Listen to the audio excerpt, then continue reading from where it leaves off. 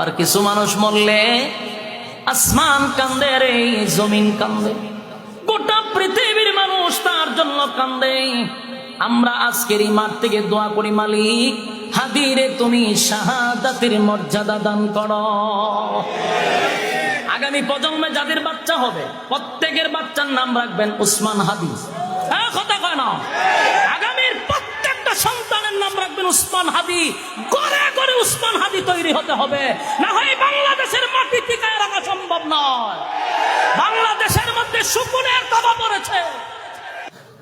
আজকে বাংলাদেশে তাকায়া দেখেন কয়জন ইমানের পরীক্ষায় টিকবে।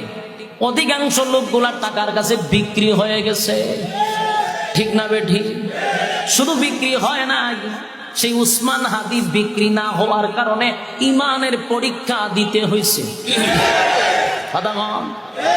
বাংলাদেশের আজীবন এই মাটি তার কথা স্মরণ রাখবে, বাতিলের কাছে সে মাথা নত করে নাই, টাকার কাছে বিক্রি হয় নাই।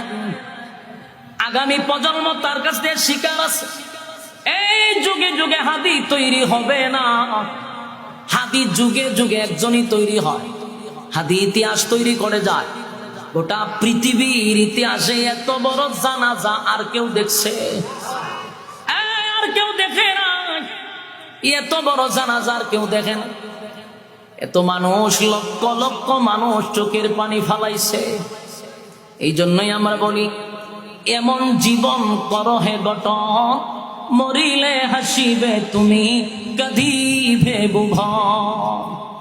হাদির মতো কয়জন আছে যে মরলে মানুষ কান্দে?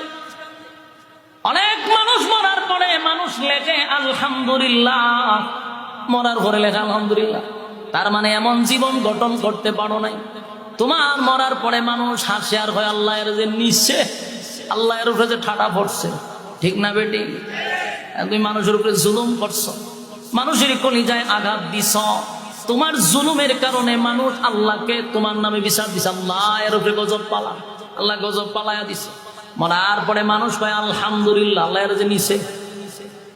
আমার আগে বাংলাদেশ, ঠিক না?